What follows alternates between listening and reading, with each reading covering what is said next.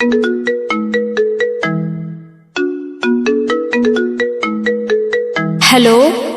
Hello. अरे का ये जीजाजी का हो? असो होली में का प्लान बा?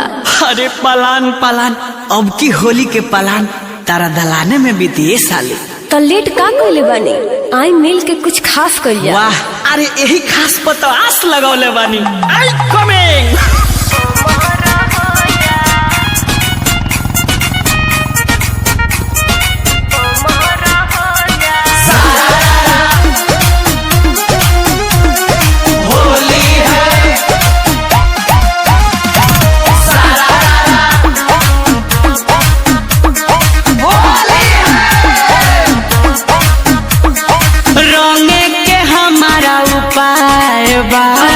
बोलो न ताहर कराएबा।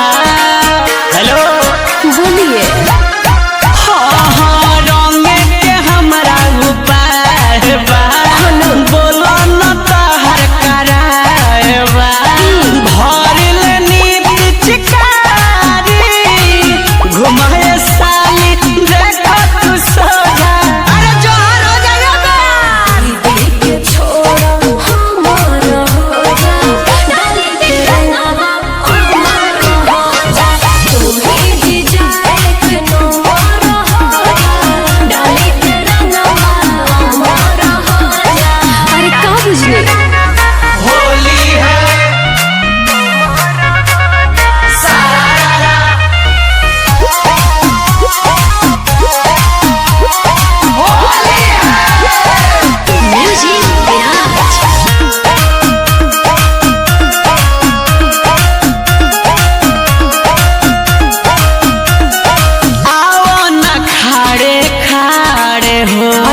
हमारा के दोना ढारे हो।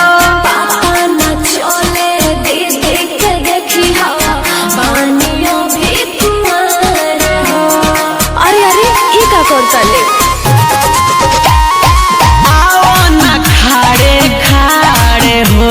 ऐसे कैसे? हमारा के देवे दोना ढारे हो। पापा न चले देख के देखी हवा बानियों भी तुम्हारे हो। कोदा हम पे दया हाथ लगावे तो एक बार उड़ जा। अरे बाप ना। हवा दीदी के छोड़ो हमारा हो जा। डाली के रंगवा हमारा हो जा। तुम्हें जी जाए कि नो मोरा हो जा। डाली के रंगवा हमारा हो जा। डाली के रंगवा हमारा हो जा।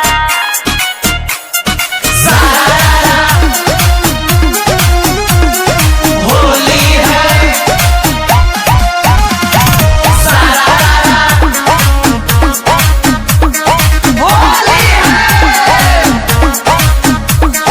हरी हर डाली खिला लगा हो। कौन सेट खाई खलका हो। चलो न चंचल लागत पूरा मचैबो त हल्का। हरी पूरा पलान बा। हरी हर डाली खिला लगा हो। कौन सेट खाई खलका हो।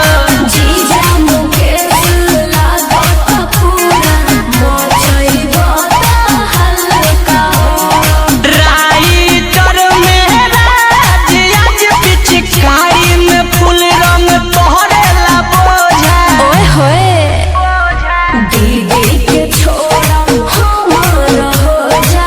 डाली के रंगवा हमारा हो जा।